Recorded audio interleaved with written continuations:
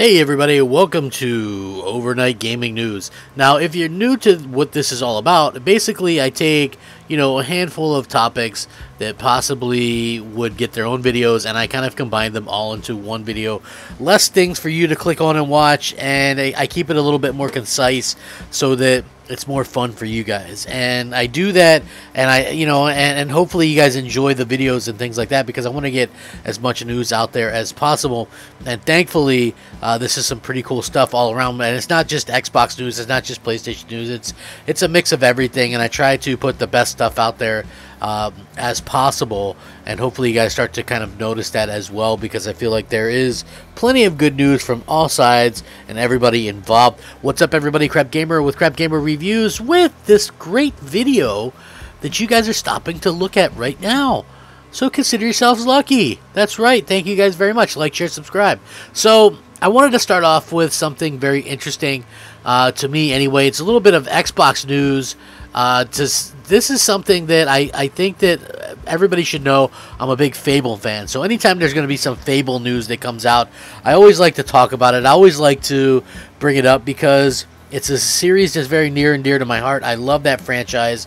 I think the absolute world of it, and at the end of the day, I hope that you guys understand that and understand where my love for the game comes from, because it's just been my favorite one of my favorite franchises for the longest time. So with that being said, let's get started. It looks like there are going to be some online features with Fable 4. Although we haven't gotten very much information about the upcoming new Fable game being developed by Playground Games, a new leak has given us a few hints. Mainly that even though the game isn't an MMO, there still will be plenty of Fable 4 online features, including cooperative play. The Fable game being made by Playground is the continuation of the series after Lionhead Games' attempt at another Fable game years ago was shut down by the studio, Microsoft themselves, Mr. Phil Spencer, and the studio was actually closed as well. Now, while we did get a trailer last summer, there hasn't really been any news since then. The leak that gave us some info on the online features comes from a reputable person. Though they didn't go into specifics, this could, however, signal a return or even an expansion to what previous Fable games did in regards to co-op play. Nearly all of the Fable games have had co-op in one form or another. While the original Fable didn't have cooperative play, Fable 2 and 3 did. Co-op in those games mainly consisted of the host player setting rules and two then playing together, which was expanded upon in Fable 3. Fable 4 online features may even take inspiration from Fable Legends, which was a game that Lionhead was attempting to develop before its closure. Now, that game would have allowed multiplayer co-op with more than 2 players, so it's possible that if Playground wants to, we could even see a form of multiplayer in Fable 4. However, there's not really any telling just yet what kind of multiplayer Fable 4 will have, or will even be included in the game until Playground and Microsoft are ready to tell. We likely aren't going to see or know. Summer's coming up though, so hopefully at E3 or some other event this year, we'll hear more about Fable 4 and what's coming out. We know that they hired a lead writer earlier in the year for the game. We also know that they absolutely kind of built upon the Forza Tech engine, kind of made it custom for this game. And, I think we're all very excited to kind of see what happens long term with the Fable franchise. I'm very excited by kind of what's going on with it. And you know what? At the end of the day, just happy to see all this kind of cool stuff and the games, and I'm excited by that, and I hope that we continue to see big strides and things as they continue to kind of go on or whatever. So with that being said, I want to jump into the next bit of news that I wanted to talk about. So Watch Dogs Legion's next major update is going to add 60 frames per second support on the PlayStation 5, also on the Xbox Series X. This is significant because I've looked into it, and even though I could still be a little bit wrong about this, I believe this was the only game running 30 frames per second on the PlayStation 5, which means once this game gets updated, it's going to mean that every game runs at 60 frames. As far as I could tell, every game I mean, there's games that have a 30-second mode for sure, even something like Miles Morales, but every game at least offers the option to run at 60. So Watch Dogs Legion plays perfectly fine on the PlayStation 5, And there's no denying that a higher frame rate would be nice. Fortunately, a 60 frames per second mode is indeed coming to the next-gen version of the game, as confirmed back in April by Ubisoft. So when will this 60 frames per second support arrive? There's no confirmed dates as of yet, but a recent blog post from the publisher goes over the details of the next major update.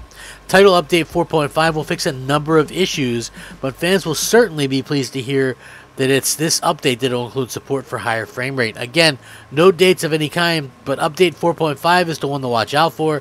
It's worth noting that the 60 FPS mode will only be coming to the PS5 version, not the PS4.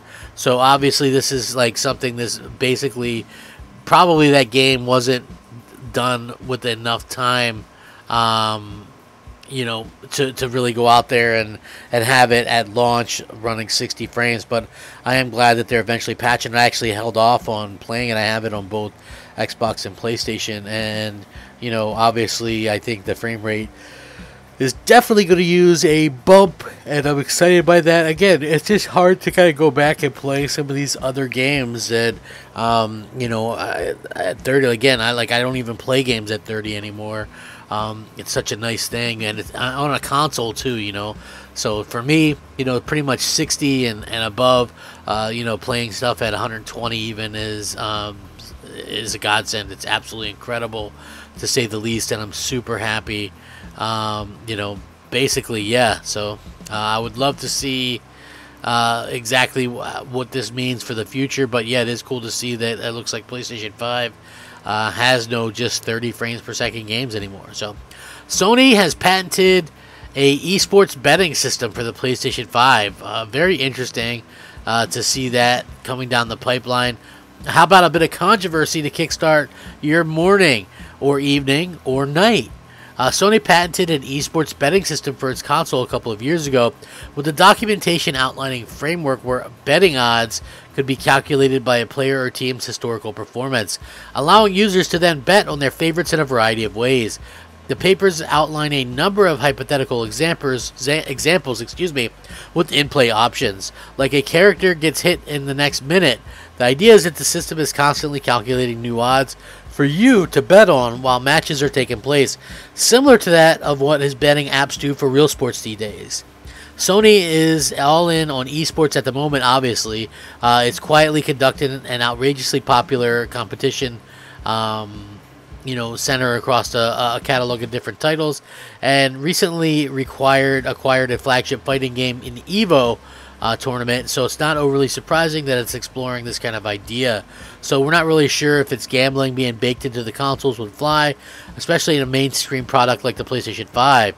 Frankly, it's no surprise that companies are considering concepts like this, as it does feel like a natural step for competitive gaming, and it does seem like a lot of people would be kind of shocked if it didn't actually roll out. But again, not all patents get used, so, you know, keep it with a grain of salt. Of course, I'd link all of these things in the description so you guys can check it out and let me know what you think and exactly what's going on with everything. So yeah, really cool to see that.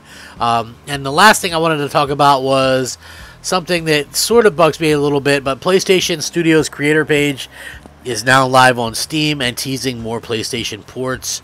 So it looks like some of these old PS4 games are going to end up on Steam before too long.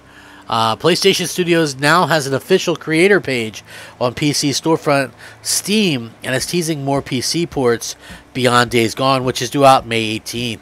Several titles are listed on the page, including Deacon St. John's aforementioned debut, Horizon Zero Dawn, and Predator Hunting Grounds. However, if you click the About tab, you'll notice that 41 releases have been assigned to the page, which are currently private.